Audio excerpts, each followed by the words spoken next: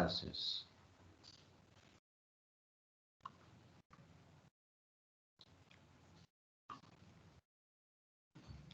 Please confirm me, is it visible to you now? The page is visible to you? Yes, sir. Yes, sir. Okay. Yes, sir.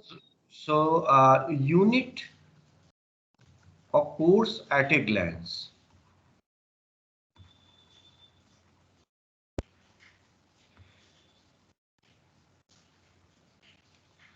So first we will discuss about the morphology of plant virus.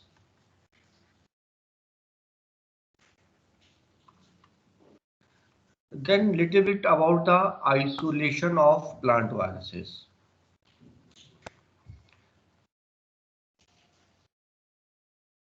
Isolation of plant viruses. Likewise, as we have discussed about the isolation of bacterial viruses, animal viruses, likewise, how we can isolate the plant viruses in the laboratory. Then we'll discuss about the effect of viruses. So when I'm saying effect of viruses, यानी कि different symptoms which appears on the plants.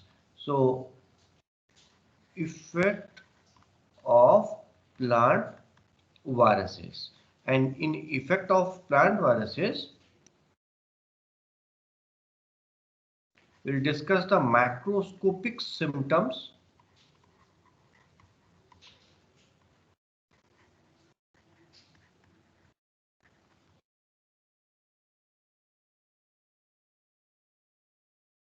which includes localized symptoms, systemic system.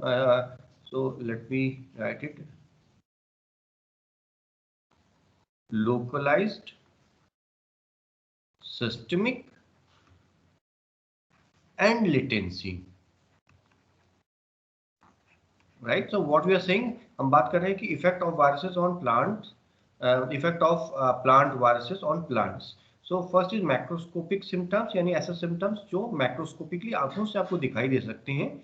ये वो symptoms है जो किसी localized area में हो. Systemic यानी पूरे plant system में वो distribute हो जाते हो, यानी distribution of plant viruses in plants, और वो latent phase में हो या inapparent भी हम इसको कहते हैं. तो macroscopic symptoms हो सकते हैं. Then it may cause histological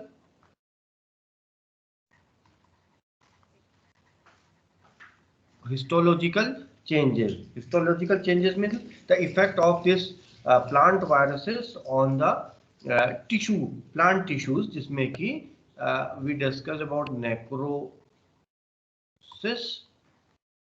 and then hypo and hyperplasia, जिसको हम कैंसर या ऑन्कोजेनिक ट्यूमर से रिलेट करते हैं, plant tumour we can say, right. Then effect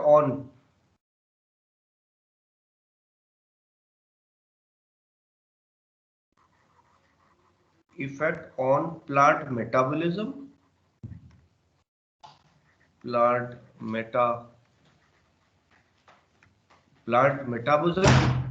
and effect of viruses on the cell, yani we call it as cytological effects.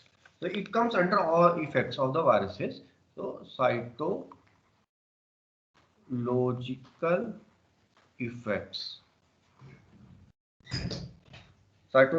effects. So again it may be effect on cell structure. अब इसमें हम बात करते हैं cell structure,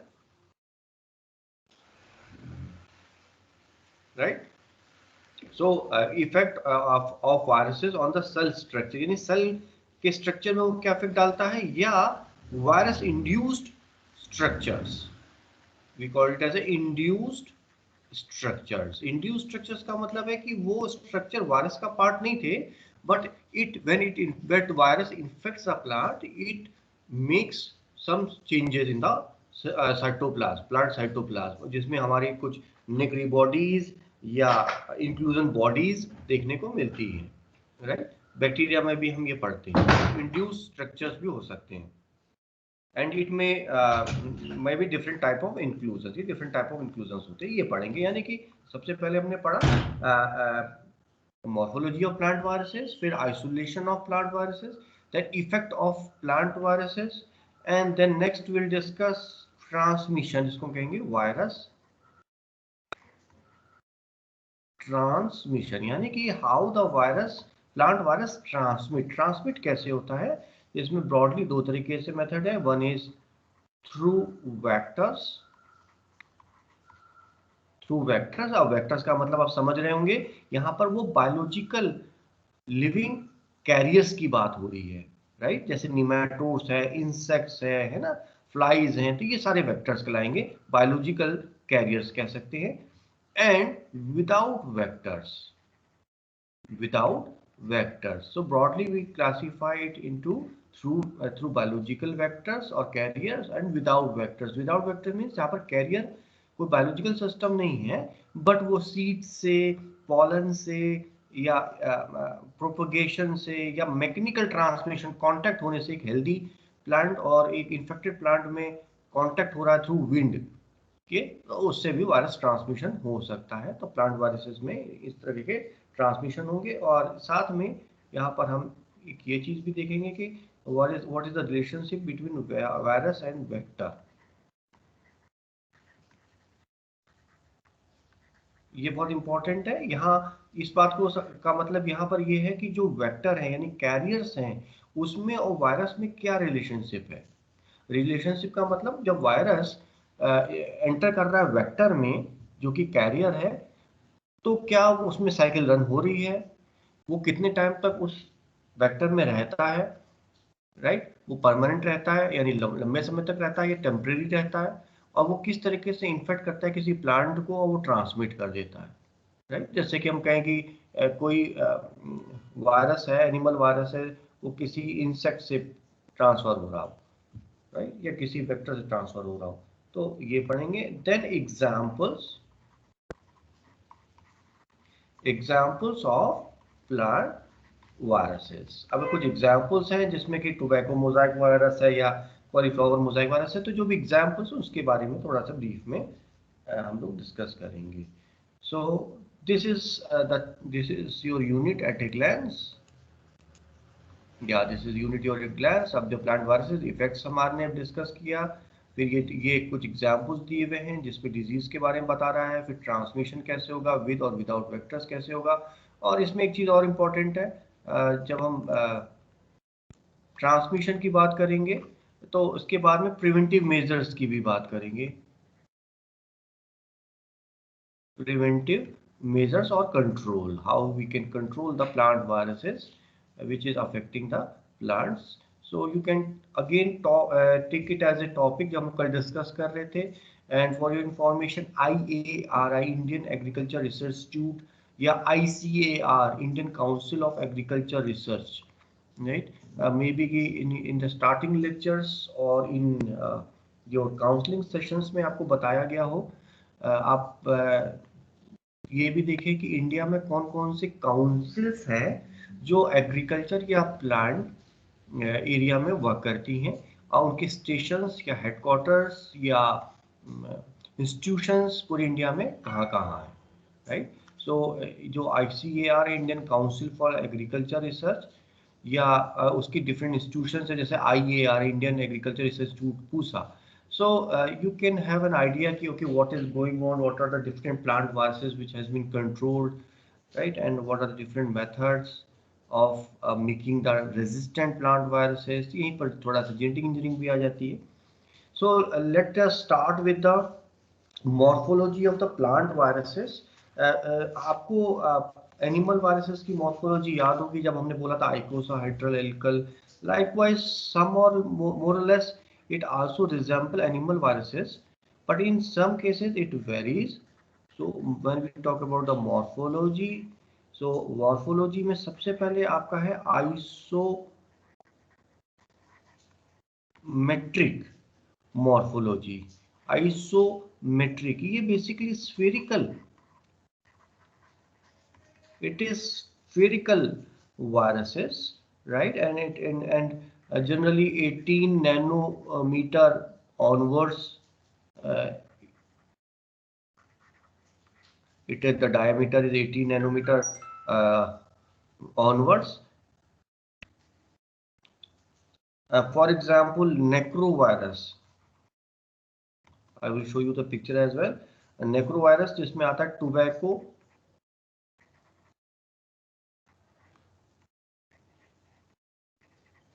tobacco necrosis virus. It is 26 nanometer. So we are talking about the isometric, which is somewhat, yeah. So you can see this picture. This picture is visible to you.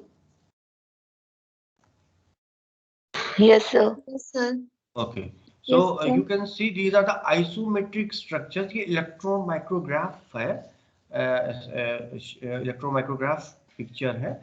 You can see the isometric structure. So these are somewhat spherical in structures होते हैं. इनको हम isometric structures कहते हैं.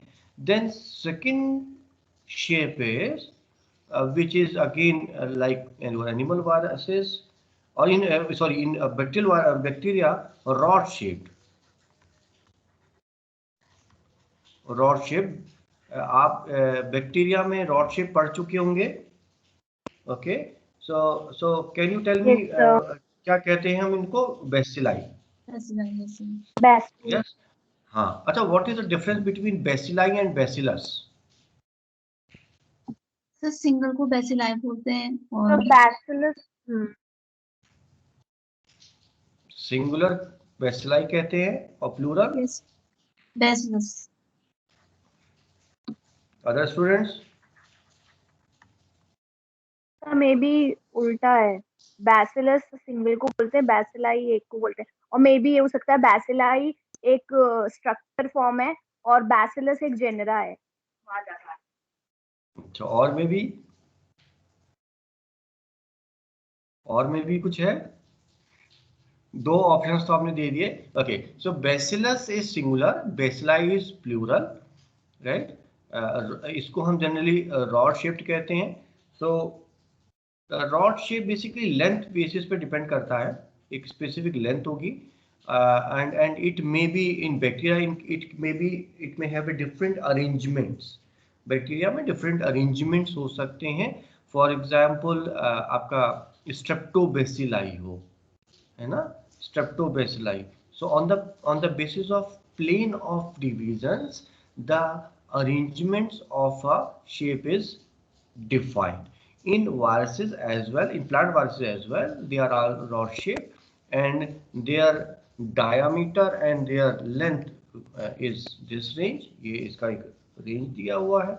Then third example ले लेते हैं which is filamentous. Filamentous. क्या बैक्टीरिया भी फिलामेंटस होते हैं? क्या बैक्टीरिया का भी शेप फिलामेंटस हो सकता है? यस सर होते हैं फिलामेंटस. ओके. कोई ऐसा बैक्टीरिया जो आपको पता हो जो हेलिकल स्पाइरल स्ट्रक्चर्स में होते हो? स्पाइरोकीट्स और ट्रिकोनोमा. Spirochetes, right. Treponema pallidum. Treponema pallidum, right. So ये हमारे स्पाइरल शेप स्ट्रक्चर्स होते हैं. इसी तरीके से वायरसेस में ऐसे बैक्टीरिया में कई फिलामेंटस स्ट्रक्चर्स होते हैं. वायरसेस, प्लांट वायरसेस भी फिलामेंटस स्ट्रक्चर्स होते हैं जिनको हम फ्लेक्सियस भी कहते हैं. They are called as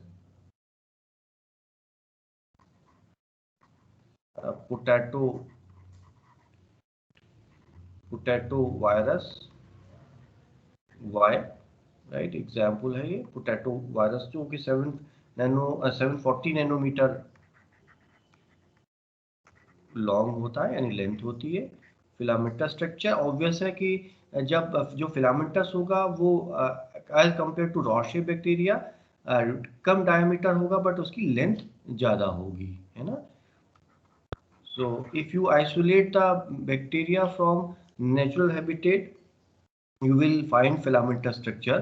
likewise plant viruses से भी आपको ऐसे फिलामेंटस स्ट्रक्चर्स मिलेंगे। Then another shape is जेमिनेट।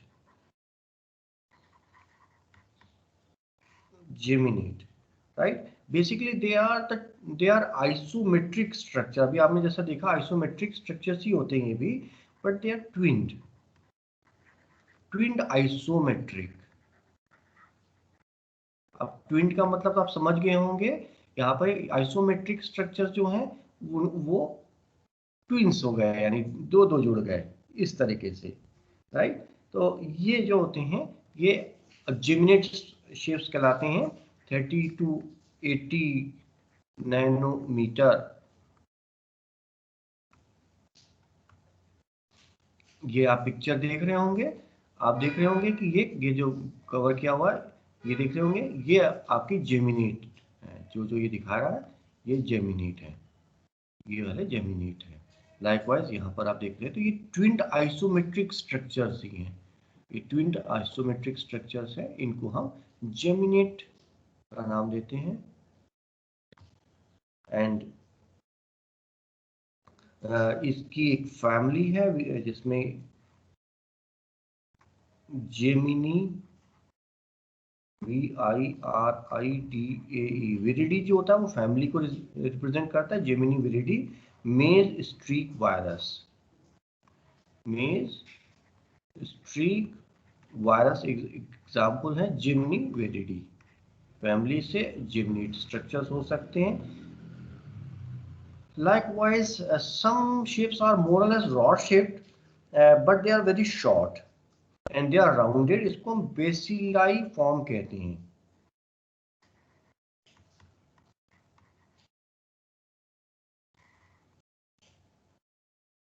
So they are, sorry, bacilli form.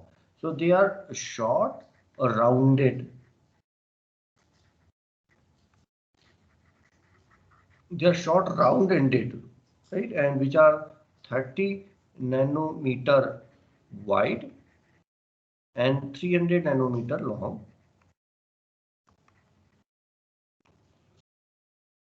So bacteria में कोई ऐसा शेप होता है जो ना तो बेसिलाई है और ना कोकाई है।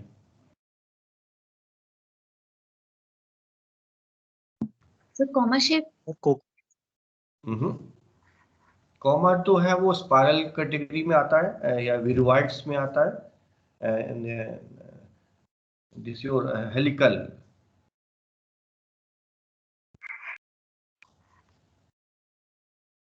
तो coccobacilli. Yes yes yes, coccobacilli shape होता है बैक्टीरिया में, राइट? Yes, sir. जो कि कंप्लीटली रॉड भी नहीं होता और ना कंप्लीटली वो स्फेरिकल होता है, इसको कोको बेसिलाई कहते हैं। तो बेसिलाई फॉर्म इसमें कोकोआ सोलेंट शूट वायरस जो कि बेडना वायरस फैमिली से है, एक एग्जाम्पल है। तो different shape of plant viruses हो सकते हैं। सो आइसोमेट्रिक हो सकता है, रॉड शेप्ड हो सकता है, फिलामेंटस हो सकता है, जेमिनेट हो सकता है, कि शॉर्ट राउंड एंडेड फॉर्म हो सकते हैं, बेसिलाई हो सकते हैं।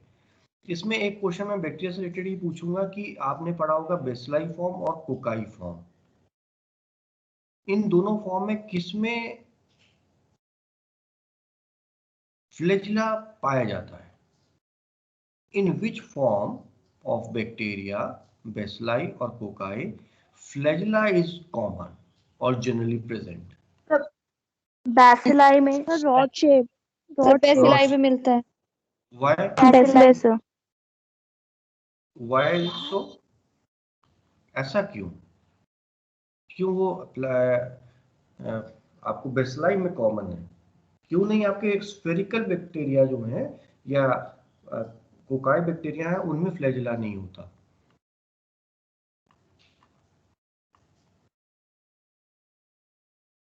ओके, तो इसको आप देखिएगा क्योंकि क्वेश्चंस पूछा जाता है कई बार। एक रेनॉल्ड्स थ्योरी है और जिसमें कि सरफेस एरिया जो आपका शेप है वो वॉल्यूम और सरफेस एरिया बेसिस पे डिफाइन करते हैं। Because of the less surface area spherical bacteria में फ्लैजिला नहीं प्रेजेंट होता क्योंकि इसमें basal body hook of filament है। बेसल बॉडी के लिए जो सरफेस एरिया चाहिए बेसिलाई में उसको मिल पाता है। इसको थोड़ा सा आप देखिएगा। Now coming to the next point, जहां पर हमने लिखा था आइसोलेशन ऑफ प्लांट वायरस, ये बेसिकली एक इंस्ट्रूमेंटेशन में पढ़ाया जाता है टेक्निक को, उसका ये एप्लीकेशन है जो मैं यहाँ पर आपको बता रहा हूँ basically. Isolation of how you can isolate the plant viruses. So obviously यहाँ पर एक बात तो क्लियर हो गई कि you have a infected plant,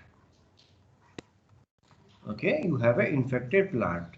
Let us suppose plant leaves, you have an infected plant leaves, it is given to you as a sample. अब आप इसको इस तरह से समझिए कि if a soil sample is given to you and it is containing bacteria, how you will isolate it, है ना? किसी soil sample से बैक्टीरिया कैसे आइसोलेट करेंगे, या आपको अगर आपने एनिमल टिश्यू से रिलेटेड अभी तक पढ़ा तो आपने पढ़ा कि how you can isolate the animal viruses. So likewise plant virus को कैसे आइसोलेट करेंगे, इन्फेक्टेड प्लांट लीव्स आपको रख दिया गया है, तो isolation as well as its purification we can say.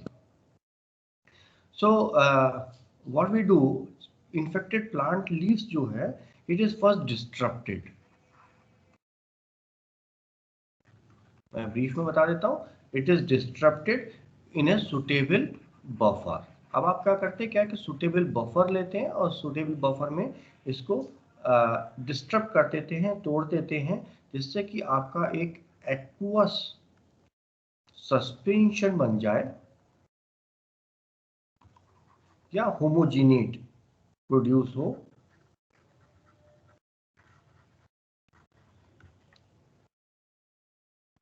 Right, अब जब आप ये डिस्टर्ब करेंगे तो इसमें दो पार्ट होंगे, एक तो प्लांट ऑर्गेनेल्स भी होंगे, राइट, और इसमें प्लांट वायरस भी होंगे। दो ये मेन कंपोनेंट होंगे, यानी कि इन्फेक्टेड प्लांट लीव्स को जब डिस्टर्ब करेंगे किसी सुटेबल बफर में, एक सस्पेंशन बना लेंगे, उस सस्पेंशन में प्लांट के डिफरेंट ऑर्गेनेल्स होंगे, राइट, मैक्रोमोलिक्यूल्स उसके पार्ट होंगे और प्लांट वायरस होंगे, ब्रॉड लेवल में कहूँ। अब आपको करना क्या है, इस प्लांट वायरस को इस प्लांट ऑर्गेनेल से अलग करना है, राइट। तो क्या आप बता सकते हैं कि कोई ऐसी टेक्निक जो आपको लैब में आपने सुनी हो, पढ़ी हो, जिससे आप इसको अलग कर सकें? Sir tissue culture. So centrifugation. Yes, absolutely right, centrifugation. Centrifugation यहाँ पर हम जो करेंगे, क्योंकि आपको क्या करना है, एक्सट्रैक्ट करना। जब भी ये बिल्कुल ऐसा समझिए कि अगर मैं आपको एक मीडियम दे दूं, सिंपल मैं कहूँ एक मीडिया है, मीडिया में बैक्टीरियल सेल्स है, how you will collect the cells as a pellet, simple. Getting my point? मैं क्या कह रहा हूँ, मैं कह रहा हूँ कि एक टेस्ट ट्यूब है, इस टेस्ट ट्यूब में आपका मीडियम है, लिक्विड मीडियम है, let us suppose nutrient broth है, और इसी में बैक्टीरियल सेल्स भी हैं जो कि आपको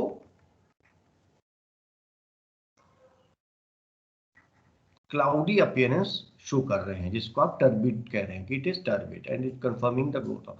and now it is asked that collect the bacterial cells as a bacterial pellet. आपको बैक्टीरियल पैलेट कलेक्ट करना है, राइट। तो आप क्या करेंगे, एक स्पेसिफिक स्पीड पे सेंट्रीफ्यूज करेंगे, एक स्पेसिफिक आरपीएम पे इसको सेंट्रीफ्यूज करेंगे, जिससे कि आपके जो बैक्टीरियल सेल्स हैं वो एज ए पेलेट कलेक्ट हो जाएंगे, नीचे कलेक्ट हो जाएंगे, ये कलेक्ट हो गए, राइट, और जो आपका मीडियम है वो आपका ऊपर यहाँ पर रह गया। But since you know the difference of the size of the bacterial cell and plant, bacteria and virus, right, तो अब ये बात तो बिल्कुल क्लियर है कि हम सेंट्रीफ्यूगेशन करेंगे। इसमें दो पॉइंट है कि एक कौन सा सेंट्रीफ्यूगेशन करेंगे और दूसरा किस स्पीड पे करेंगे। अगर मैं इस बैक्टीरियल पैलेट को कलेक्ट करना चाहता हूं तो मैं रफली कितने आरपीएम पे रन करूंगा कि मुझे बैक्टीरियल पैलेट मिल सकता है?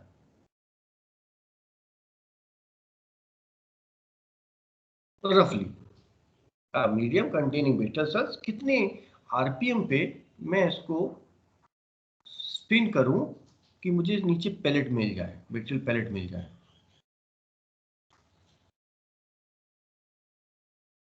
Any idea? 2400। 2400, ओके ठीक है। सो लेट अस सपोज 2400, आप इसको अप टू 12,000 के आसपास तक ले जाइए। 12,000 आरपीएम पे आपको सेल्स, पैलेट सेल्स नीचे मिल जाएंगी, ठीक है।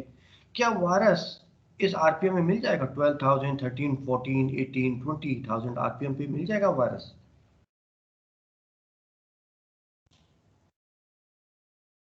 क्या लगता है आपको?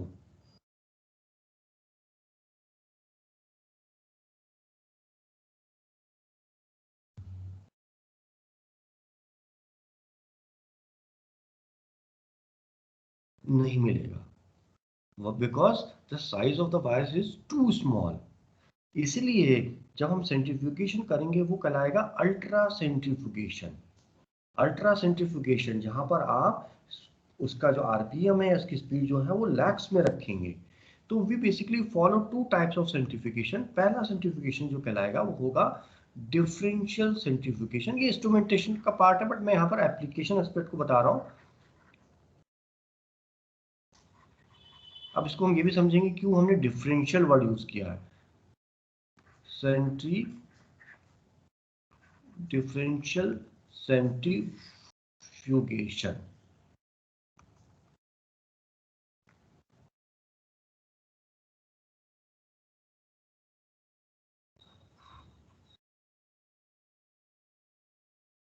अब ऐसा समझते हैं, एक टेस्ट ट्यूब है, इस टेस्ट ट्यूब में हमने डिफरेंट